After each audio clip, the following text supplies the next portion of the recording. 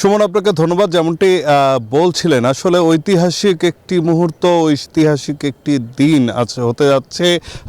বিএনপির ভারপ্রাপ্ত চেয়ারম্যান তারেক রহমান দীর্ঘ প্রায় 18 বছর পর বাংলাদেশে আসছেন।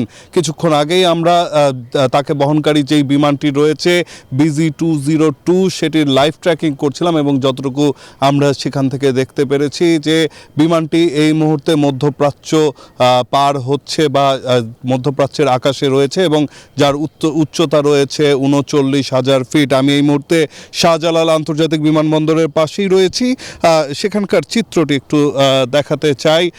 এখানে দেখছেন যে এই শাহজালাল আন্তর্জাতিক বিমানবন্দরেই কিন্তু বেলা 11:15টার দিকে বিএনপির ভারপ্রাপ্ত চেয়ারম্যান তারেক রহমানকে বহনকারী যেই বিমানটি সেটি এসে অবতরণ করবে এবং সেই বিমানটি কিন্তু সবার প্রথমে সিলেটে অবতরণ করবে। ঠিক সেইটির টাইম দেওয়া আছে 9:55। সেখানে 1 ঘন্টার একটি যাত্রা বিরতি থাকবে। এরপরে কিন্তু ঢাকার উদ্দেশ্যে এই শাহজালাল আন্তর্জাতিক বিমানবন্দরের উদ্দেশ্যে সিলেট ছেড়ে বিমানটি এখানে আসবে এবং যেমনটি জানেন যে এর জন্য কিন্তু গত কাল থেকেই আমরা দেখেছি যে পুরো বিমানবন্দর এলাকা জুড়ে কিন্তু কঠোর নিরাপত্তা বলয় তৈরি করা হয়েছে এবং জানেন যে এই শাহজালাল আন্তর্জাতিক বিমানবন্দরে যেই সমস্ত যাত্রীরা আসলে আসছেন তাদের সাথে যাতে অতিরিক্ত দর্শনার্থী না আসেন বা যারা বিদেশ থেকে ফেরত আসছেন যেই সমস্ত যাত্রী তাদেরকে নিতেও যাতে অতিরিক্ত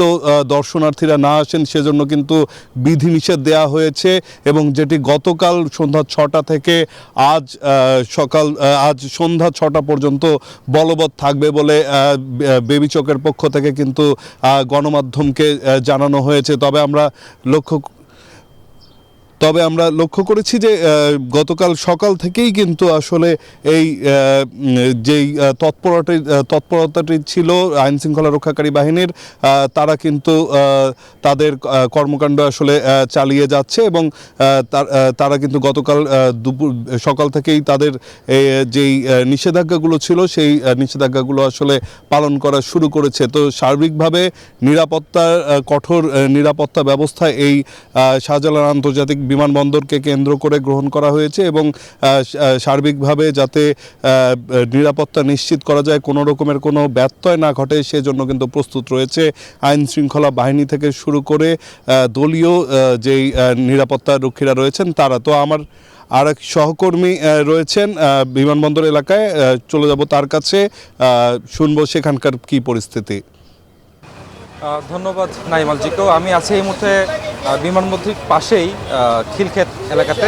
আমি যদি একটু দেখিয়ে রাখি, খিলক্ষেত এলাকাতে আমার ঠিক ডান পাশে যে বিমানবন্দর থেকে 300 ফিট বসুন্ধরা স্মার্ট সিটির পর্যন্ত যে রাস্তাটি, এই পুরো রাস্তাটি ঢাকামুখী গাড়িতে পুরো জ্যাম হয়ে আছে। কিছুক্ষণের মধ্যে তারেক রহমান লন্ডন থেকে বাংলাদেশের উদ্দেশ্যে এসে পৌঁছবেন ঢাকা শাহজালাল আন্তর্জাতিক বিমানবন্দরে।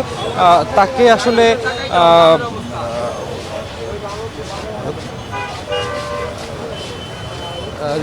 রিসিভ করার জন্যই এই লক্ষ মানুষের এই স্রোত ঢাকা মুখে প্রবেশ করে যাচ্ছে।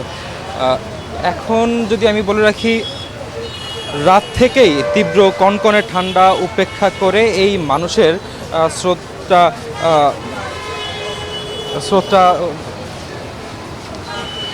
আরও যদি জানিয়ে রাখি, দীর্ঘ প্রায় 17 বছর পর 18 বছরে তারেক রহমান দেশে ফিরছেন।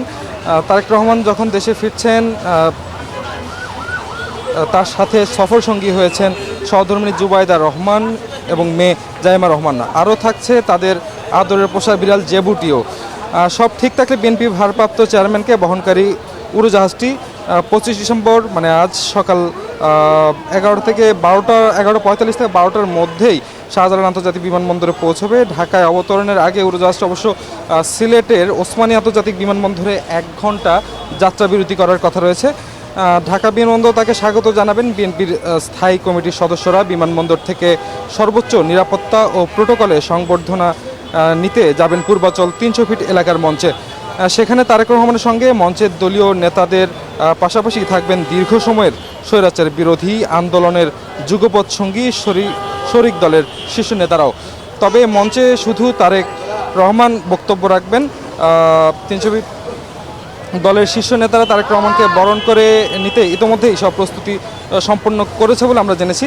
রাজধানীর কুড়িল মোড় থেকে বেশ খানিকটা দূরে জুলাই 36 সড়কের উত্তর অংশে দক্ষিণমুখী করে বাঁশ ও কাঠ দিয়ে 48 ফুট বাই 36 ফুটের বিশাল মঞ্চ তৈরি করা হয়েছে। সেখানে আমরা জানি 18 বছর সশরীরে আগামী সংসদ নির্বাচনকে সামনে রেখে দেশবাসীর উদ্দেশ্যে বক্তব্য দেবেন বিএনপির ভারপ্রাপ্ত চেয়ারম্যান তারেক রহমান। আসলে এখন যদি বলে রাখি, এই এলাকার নিরাপত্তার ব্যবস্থাটুকু, এখানে আসলে তারেক রহমান আগমনকে ঘিরে প্রচণ্ড পরিমাণ নিরাপত্তা ব্যবস্থা আমরা লক্ষ্য করেছি।